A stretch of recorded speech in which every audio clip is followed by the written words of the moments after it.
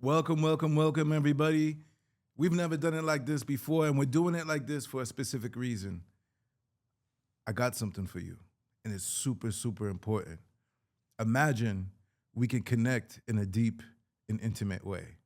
Imagine if we take the mask off of everything and we get real conversations about business, real conversations about how to lead as leaders, and most importantly, real conversations about what's going on the inside. You see, people are very scared because of religion. They're scared to talk about the indwelling. They're scared to talk about how emotional intelligence affects the workplace, and emotional intelligence is equivalent to spiritual intelligence. So we're going to not be afraid to cross any spiritual lines or boundaries you might have and talk through what's going on the inside. This is the Create Way Leader Lab. I am Michael Maitre, your host, and I cannot wait to go through all of the different rooms with you in this particular time, in this particular podcast.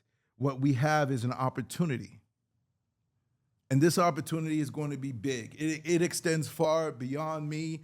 I'm going to be speaking to you very directly, very intently. I have the best and the brightest around me to bring this production to you in the most powerful way that we can. We're going to be on podcasts, audio. We're going to be in YouTube on the podcast, being able to see us visually. I got my man Martez doing the productions. Tez, put me over here for a second. I want to talk to him.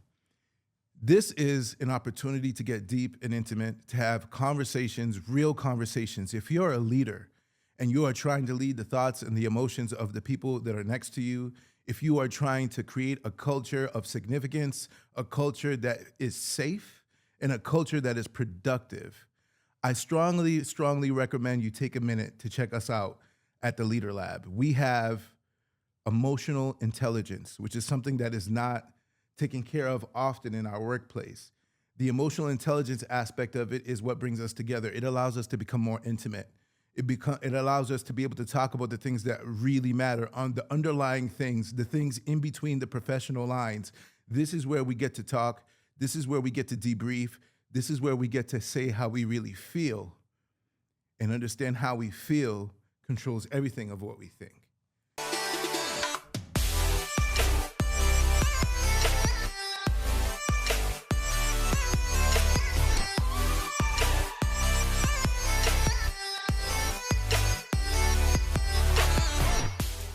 So I want to purposely be high energy. I want to purposely be able to be myself in the full context. No performances here. Not going to get stiff for the camera. I'm just going to talk to you in a way in which I wanted somebody to talk to me. As I was climbing the ranks of the corporate ladder and I was going through all my progressions as a young man, I didn't really realize that the thing that I was feeling, the thing that I was thinking, the thing that was holding me back sometimes was my own emotional development.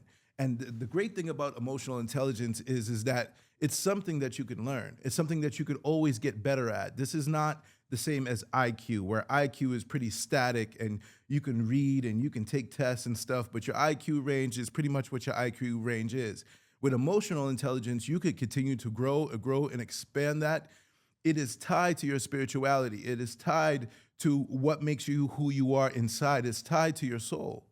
And so really you're able to do soul work while affecting your day-to-day life as a leader. You're able to do soul work while affecting your day-to-day life as a husband, as a brother, as a friend. So why are we not doing the soul work it takes to be a leader?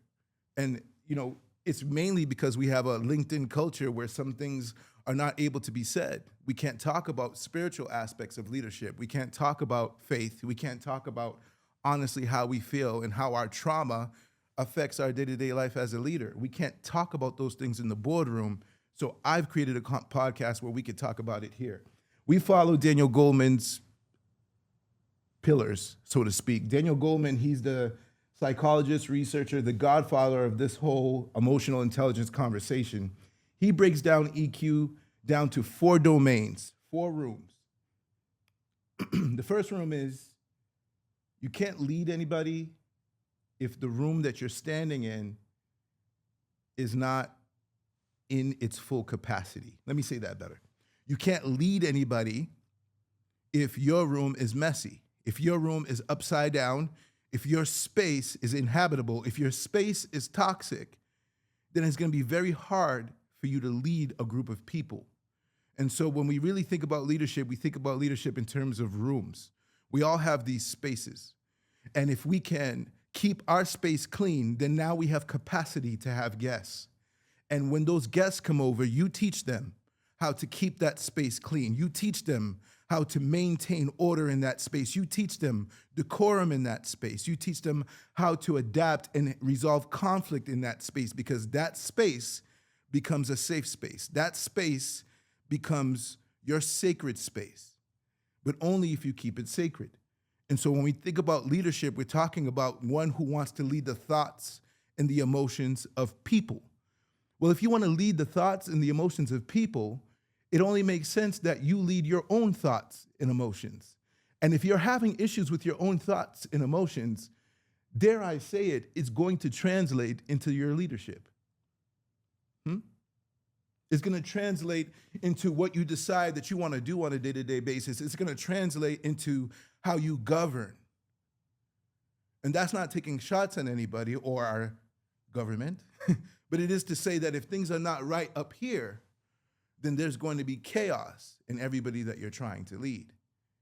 And so how our emotions affect or leak into our leadership style and what we do to our subordinates or what we do to our peers or how we lead other people, something that should be studied. And what Daniel Goleman did is he kind of separated these things into 4 rooms. We're only going to have time to talk about one of them today in this episode, but this whole podcast series, I should say, is going to be focused on these 4 pillars and how these 4 pillars affect our leadership style. So self-awareness is the ability to recognize what you're feeling, why you're feeling it, and how showing up in the way you move through the world really comes down to the foundation about managing yourself. Don't even talk to me about managing a team. We're going to talk about managing yourself. And so one of the major quotes surrounding this whole thing that hit me the other day when I heard it, they said that unregulated emotion distorts perception. Unregulated emotion distorts perception. What you don't control inside of you is going to affect the way you think about the world around you. How could this not be true?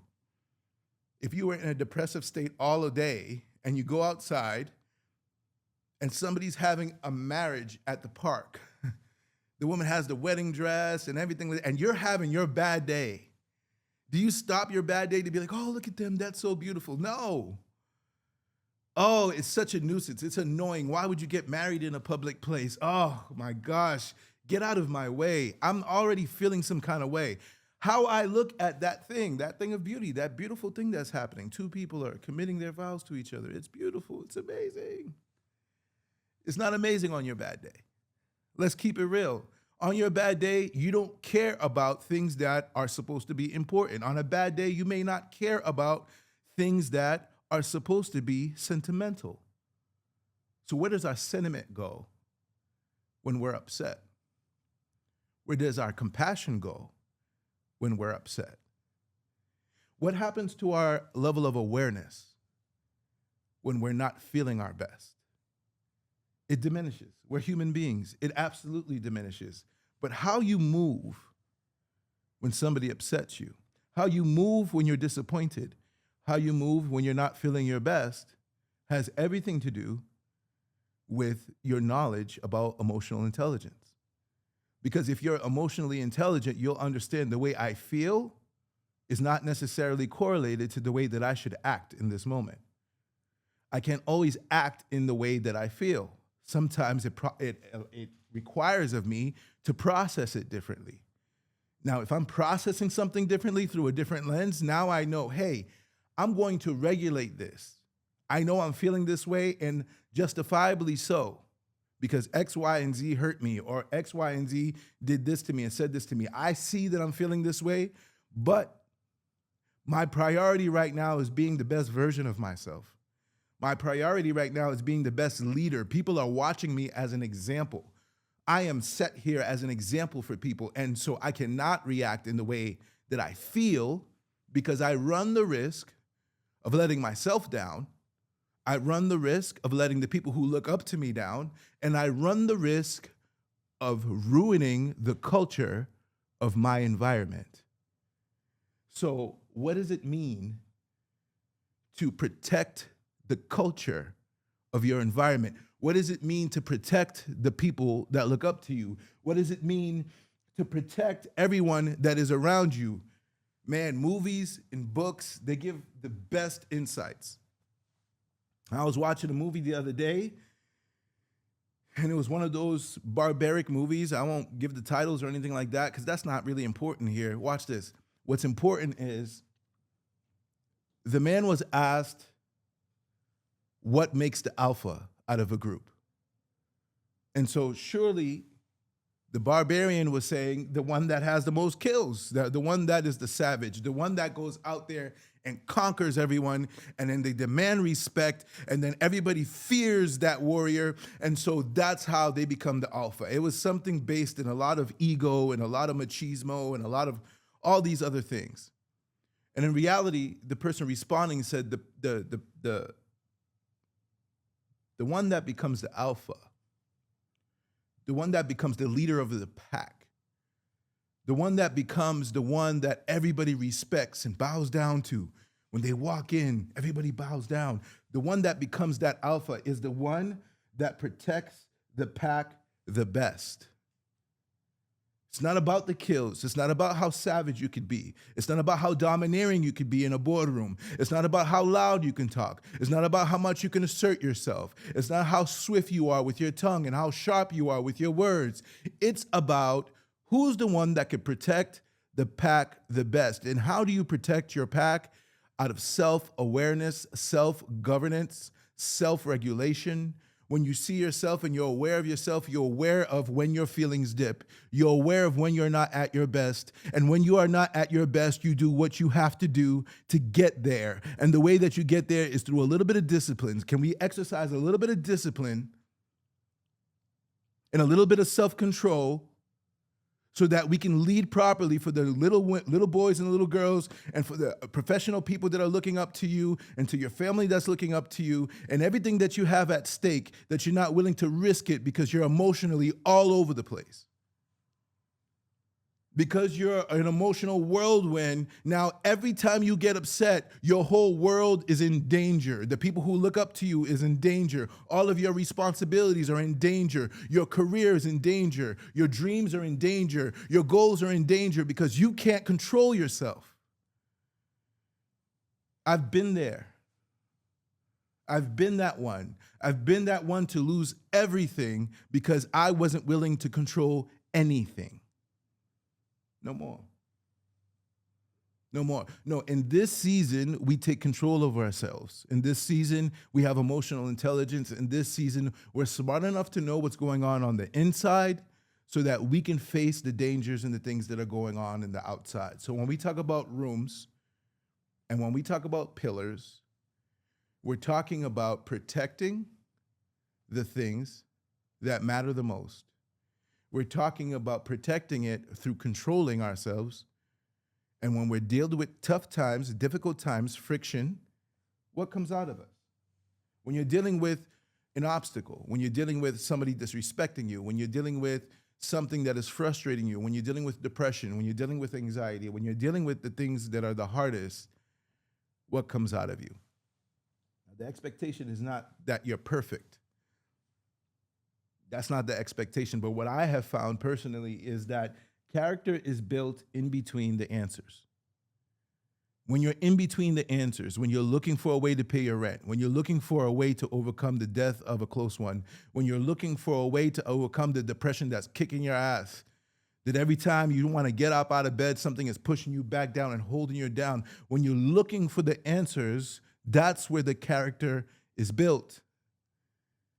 Consider it pure joy, those who face trials of many kinds, because we know that perseverance builds something in you. Perseverance builds character. Perseverance builds you to be the person that you need to be to walk this earth. That is biblical.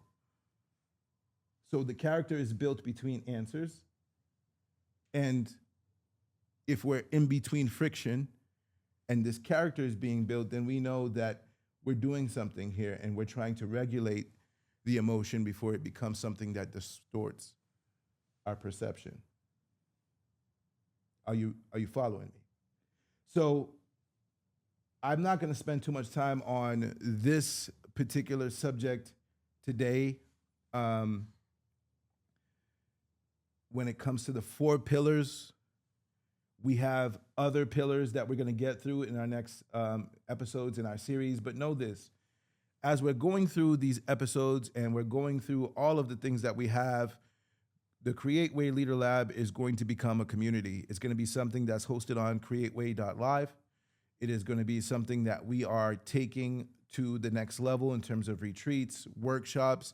If you believe in the vision, if anything that you heard today was something of significance and value to you, and you feel like you want to know more, you want to dive in deeper, then just know that we're going to continue with the 4 pillars of emotional intelligence, a structure laid down by Dr. Daniel Goleman.